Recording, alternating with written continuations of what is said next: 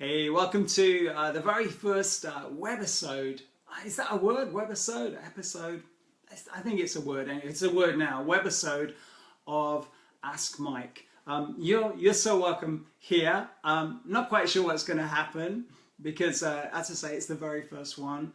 And but the intention was to have an opportunity, or to give an opportunity for you to ask any questions that might be on your mind, or that you want to ask with regards to your business, or kind of being successful in the areas of life that you want to be successful in, based around or taking into account my experience. So I'm a coach, I'm a trainer, and a professional speaker, and I'll share some ideas, some more stories and insights on what I do and the kind of things I've done at various times, I guess, in this call and also in future calls as well, or future webinars as well.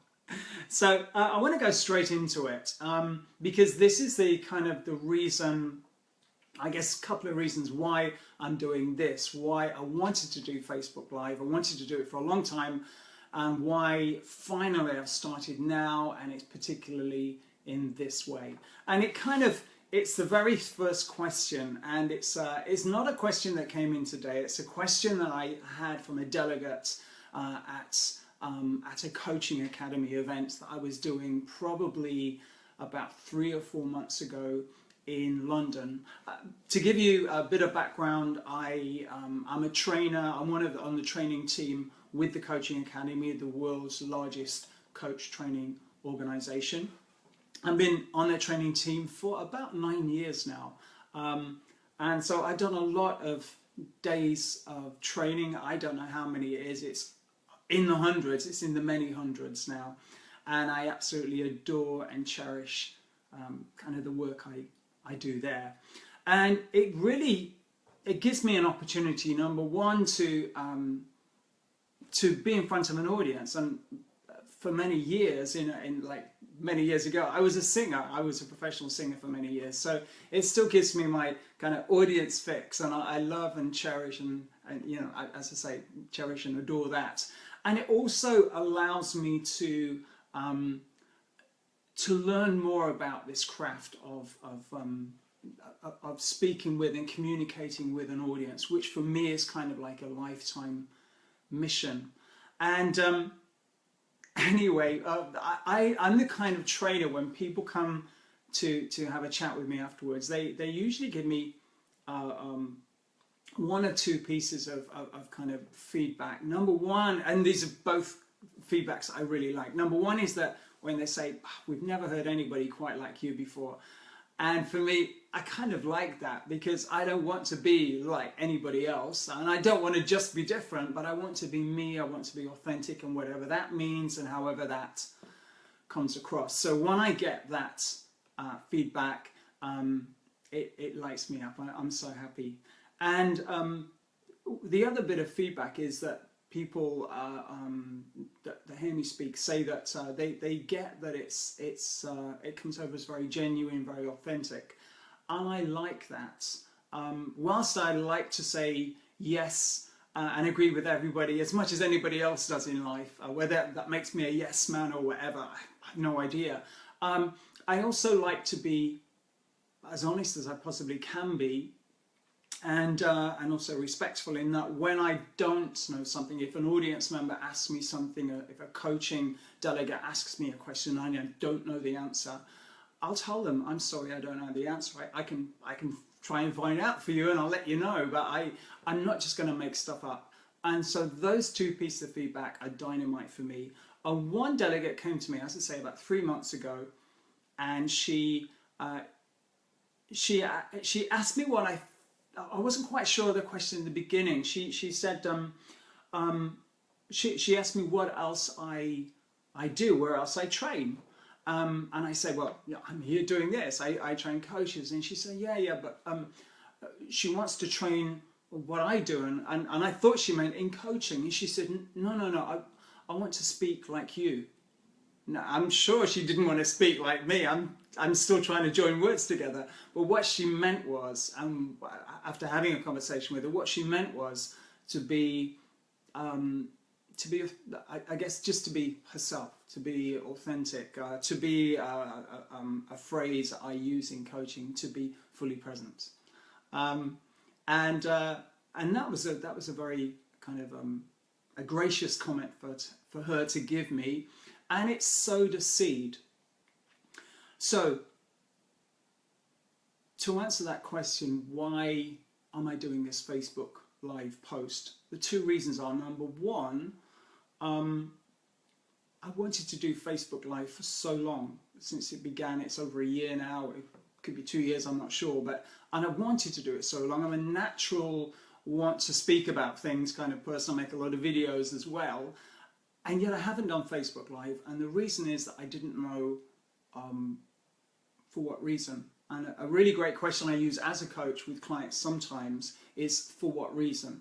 And if you don't have a reason behind it, even if it's to find out what you want to do, if there's no reason, then the idea usually falls flat or stops pretty quickly. So I wanted to find a reason why I wanted to do Facebook Live. I wanted to find something that would make sense for me, and hopefully I'll get to know whether it's sense for you as well. So that's why I waited all this time.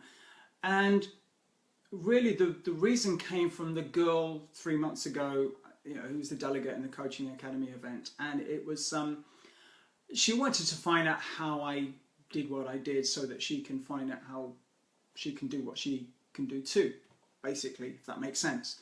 And so that's what I want to bring to this call, just to keep it completely open. You can ask me almost anything within reason, and if I can be of help or assistance, then I will be, and that's the reason for doing this. So that's kind of the first question. So I don't have that that delegate's name. As I say, it was a few months ago now, but that sowed the seed that kind of got me here today. And so I'm incredibly kind of grateful to her for doing that. So that's the first one. And then I made the intro video yesterday, which was kind of the first dry run, and I sent out a request for people who have questions. And Noodles, how you doing? I can see you're live on the call. Thanks for joining. And yeah, I got some questions back, and one I got was, and it's a question I get asked a lot when I'm training as well, and equally with clients. What kind of books do I read that help me do what I do? Now, I like two types of books. I like fiction. I love fiction. And I also, whether you call it flip-flopping or alternating, or I think Tony Robbins calls it zig and zag, zigging and zagging. I like to alternate between the fiction and also the factual books. And the factual books are the books that help me do what I do. So that's NLP, that's coaching, it's training, it's communication skills, that kind of thing. What I'm reading at the moment, so I want to keep it really fully present, as I mentioned a few moments ago, is this. I'm not sure if this is in reverse because I'm filming this on my phone. It probably is, so you're going to have to reverse read this, but I'll tell you what it is anyway. It's called The Wealthy Speaker, and it's by Jane Atkinson. Now, I read a lot of books about speaking and how to put a speaking business together, or implement speaking into what you do if you're a trainer, for example. And most of them come from coaches who want to sell their services, and that's all fine and dandy and good and great. But they're trying to sell their services. And for me, if I just want to find out how to build a business, or how to include speaking into my business, I don't necessarily want to buy their product. I just want to find out how to do it. And Jane Atkinson is somebody who was recommended to me, in that she's, yes, of course she speaks, but she's not necessarily a professional speaker. She comes from a background of being a speaker booker. So she's kind of been in the business, booking us a lot of weird, crazy, mad speakers for 20 plus years. And now she's a speaker coach. She's based in, I think she's the US. It could even be somewhere in Canada. Apologies if you know and I've got it wrong. So this isn't a sales book. This isn't selling her products. This is the nuts and bolts of how to become a better speaker and how to build a wealthy speaking business in whatever way that would be for you. So that's the book I'm reading at the moment. I just wanted to read you one very quick quote quote that I highlighted. I'm one of these kind of slightly irritating people you see on the subway that highlight passages from books so they remember them. So I'm that person, okay? I'm in that club. But what I wanted to share with you from it today is just something she wrote. I see a direct correlation between plugging into your true passion or purpose and how much income you earn. I'll just say that one more. I'll just repeat it one more time. I see a direct correlation between plugging into your true passion or purpose and how much income you earn.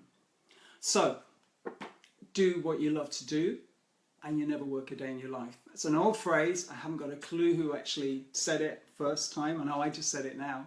But it is about finding what you love to do. It's the quality of life. What makes you a wealthy whatever you do? Salesperson or coach or speaker or trainer or shop assistant or whatever it is you do. What makes you wealthy is living a wealthy life. Yes, money is important.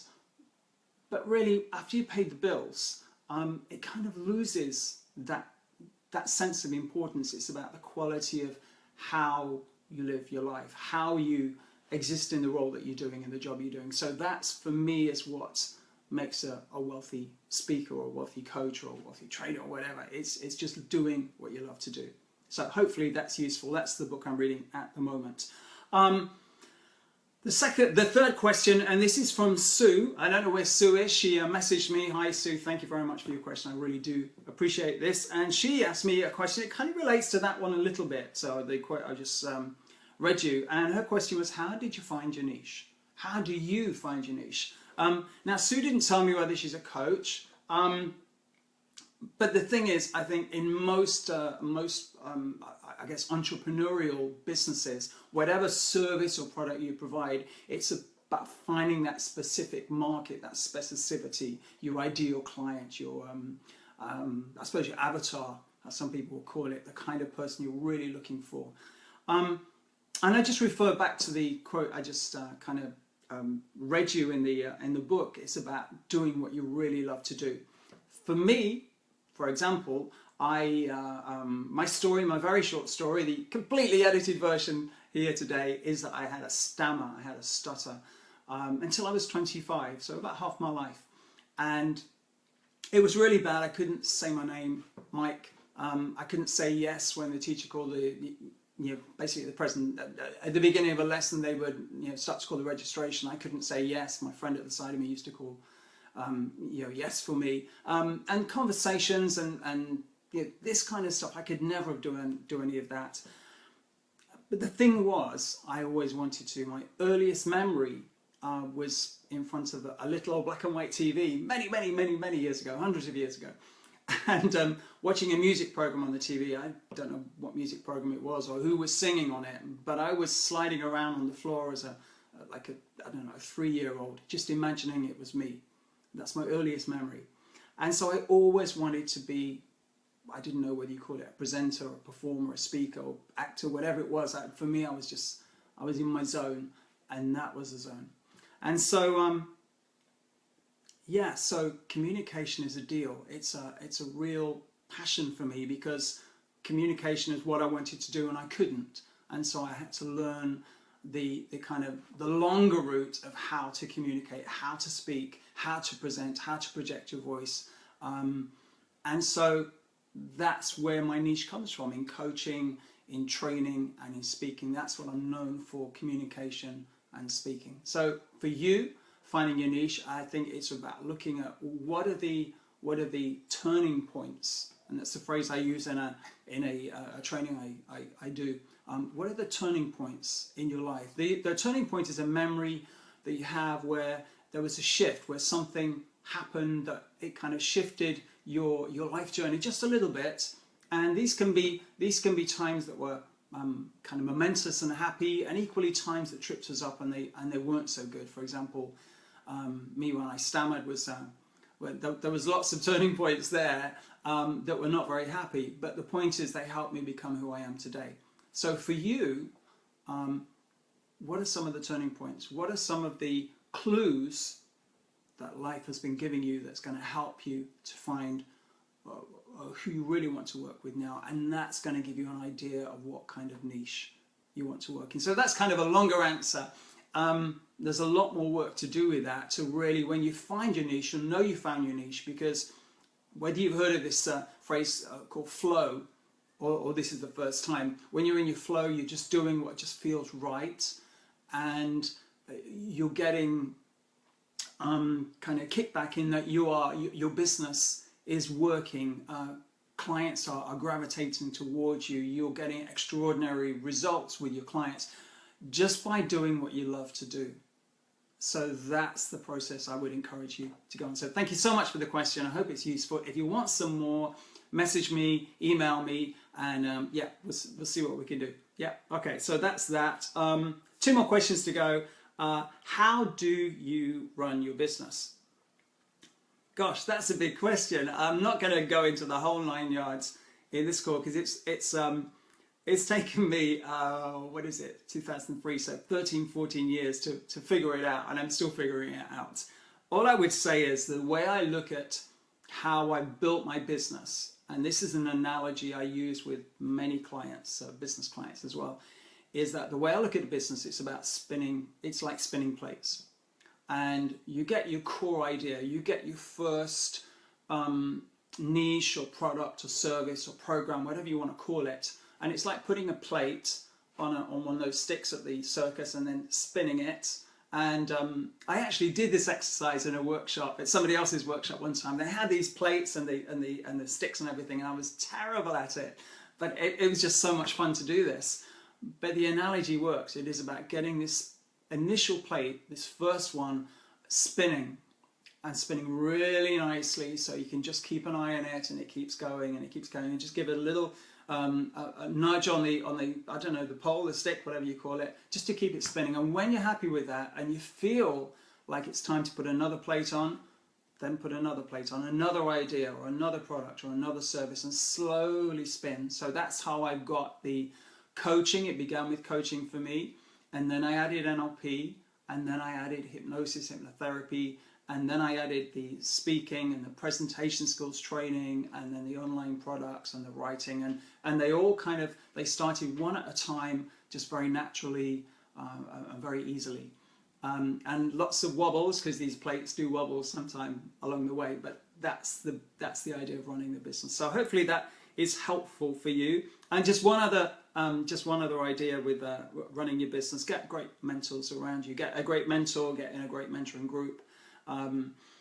There's just no substitute for that. I'm with somebody called James Wedmore, based over in the US on the West Coast, in one of his mentoring groups at the moment. And I tell you, what you get from being with like-minded, motivated, can-do people is just absolutely priceless. Books and training and studying is just absolutely essential, and also being around like-minded people is absolutely dynamite. So I'd encourage you to find a mentor, find a mentoring group, and join it. That's a fantastic thing to do as well. And then the final question, how are we doing for time? Oh my gosh, we're rambling on here. The final question, and again, I didn't have a name for this either. So Sue, you're the only one this week. I'm brave enough to give you a name. So if you do message me for a question for future calls, or you can send an email via my website. Just go to mikeblissett.com and go to the contacts page, and you can generate an email from there. Or just put a comment below this and just say, Mike, I want to ask you this, and I will do my best to answer them. And just let me know if you want me to include your name, or if you just sooner I didn't, and I'm completely fine either way. So the final question today was that somebody asked me if there was one secret or a nugget that I could share that would help. So no pressure there then, right? I was thinking about this before I did this Facebook live post, and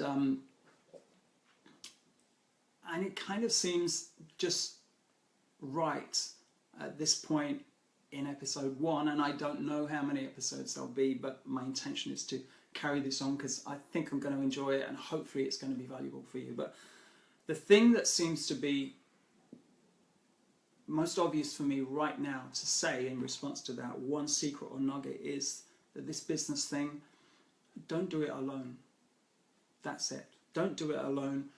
Reach out, find people, find like-minded people. If you want to do it by yourself, and I do that, I run my business, I'm proud of my business, it's me. But equally, I reach out and I'm in a mentoring group, and I've worked with coaches, and I used to go to coaching circles when I was starting out for like, I don't know, 7 or 8 years.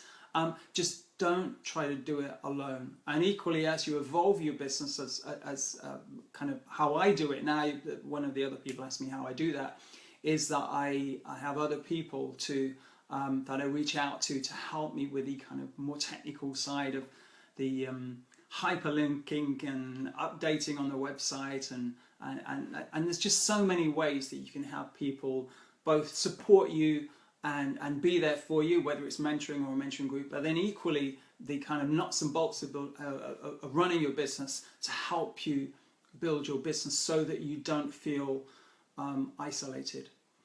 So hopefully that is useful as well. And I'm looking around here thinking I've got my cup of coffee here. Cheers. It is coffee, I promise you. And I'm thinking that's kind of it for this first Ask Mike. I'm smiling, I can see this word here. Something I call a webisode. Somebody needs to tell me, does webisode actually exist? Is it a word? If it is, fantastic. If it isn't, we found a new word today, webisode. So this has been the first one. Please give me your feedback, your comments. If you've enjoyed it, please hit the like button at the top of the page, and also on the video. I'm sure it's around there somewhere, but please do that. And if you have any questions, as I say, message me, Facebook message me, or message me via the website, contacts page on my website, and I will do my very best to answer the questions. The initial intention is to have these calls once a week on a Wednesday at 5:30 British Standard Time. So that's the idea. It's not etched in stone. It can change. The kind of second idea I had that I wasn't sure whether to do, but I'll just throw it out there, is maybe to do 2 a week, because I want them to be short. I don't want them to be like an hour long or half an hour long. It's way too long. I can see I'm 25 minutes long. It's too long. So I wanted to keep them short. So maybe the second idea was to have on a Tuesday and a Thursday at maybe 5 p.m. or 5:30, something like that. So there's 2 short sessions a week. So I'll just throw that out there. But as I say, the initial intention is to do next Wednesday, and then continue Wednesdays until we think maybe it's not the best day, or we want to do a couple of weeks, and then we'll kind of split it up, whatever. But we'll just see how this runs. It just feels right to do this now. And yeah, so I want to thank you if you've been listening to this live. Nina, how you doing? Gosh, I've known you for so long. Hi, you're my bestest friend. It's been great for the people that have been here. Thank you so much. I feel honoured and a little bit shy to be here. And if you're watching this on your kind of replay or catch up, thank you. I really do appreciate that. I promise in the future to keep them a little bit shorter. My aim is about 10 minutes max, so I've doubled that today. Apologies, it's been the first one. I'll edit myself down in the future. And yeah, be involved. Be involved. The one thing I've got from my experience in business over all the years that I've done it is that when I've been isolated, the business has been difficult. When I've reached out and I've worked with people, business and life and the enjoyment is just, it's phenomenal. It's so much easier. So I'm reaching out. Please, I'd encourage you to reach out. Let's build something here and just see what happens. So whatever you're up to for the rest of the day, whatever time of day it is for you, it's what is it, just coming up to 6 p.m. here in London. I wish you a great day, and keep in touch, and I look forward to doing the next one next Wednesday at 5:30. Take good care.